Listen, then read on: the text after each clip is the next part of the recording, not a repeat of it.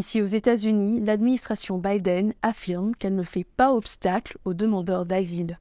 Le secrétaire à la sécurité intérieure, Alejandro Mayorkas, souligne qu'il existe un moyen légal et régulier pour arriver aux États-Unis.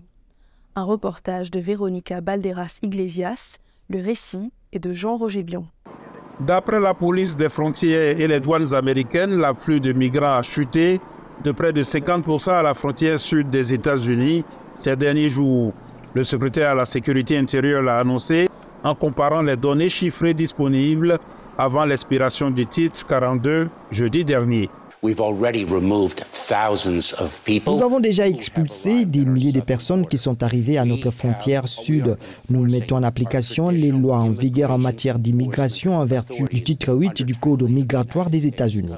M. Mayorkas a souligné que l'expansion des voies d'accès légales sous le président Joe Biden est inédite. Il a également rejeté les affirmations selon lesquelles les demandeurs d'asile sont systématiquement ignorés.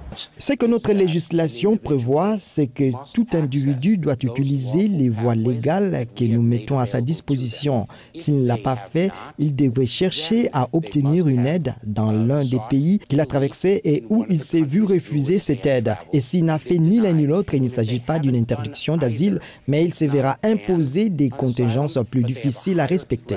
Le député républicain Michael McCall a déclaré à ABC qu'il était sceptique quant à la capacité des nouvelles politiques à décourager les entrées illégales aux États-Unis. Je pense qu'il y a des caravanes qui progressent. Je pense que ces gens veulent toujours entrer. Le gouverneur de mon propre État a envoyé la garde nationale du Texas et des agents à la frontière pour stopper l'afflux. Mais oui, le fait est que les 2 dernières années et demie parlent d'elles-mêmes. 5 millions de personnes sont entrées illégalement dans ce pays, dont 1,5 million ont réussi à s'enfuir. C'est intenable. Les migrants sont souvent contraints de fuir après avoir été confrontés à des crimes horribles dans leur pays d'origine, affirme le professeur de droit Len Bouki. Nous constatons des taux de violence extrêmement élevés et c'est vraiment la raison pour laquelle les gens poursuivent leur voyage pour se rendre dans un pays où ils peuvent trouver la sécurité et, dans de nombreux cas, retrouver leur famille. Merci. Il y a de fortes chances que les nouvelles voies légales sur lesquelles mise l'administration Biden contribuent à décourager les traversées illégales, mais cela pourrait aussi aller dans l'autre sens si l'on ne s'attaque pas aux causes profondes, a averti l'analyste Peter Margulies. Il s'agit de facteurs qui, dans les pays d'origine, par exemple en Amérique centrale, au Guatemala, au Honduras et au Salvador, amènent les gens à quitter leur pays.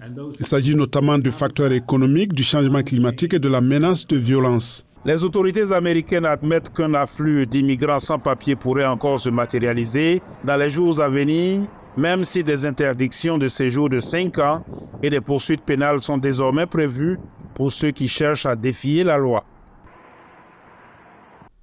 De nombreuses mesures ont été mises en place pour contrôler les afflux de migrants à la frontière sud des États-Unis. Désormais, avant de se présenter à la frontière, les demandeurs d'asile, à l'exception des mineurs isolés, doivent obtenir un rendez-vous sur une application téléphonique ou s'être vus refuser l'asile dans un des pays traversés au cours de leur périple. Dans le cas contraire, ils peuvent faire l'objet d'une procédure d'expulsion accélérée ou se voir interdire tout séjour sur le territoire américain pendant une période de 5 ans. Dili Diko, VOA Afrique, Washington.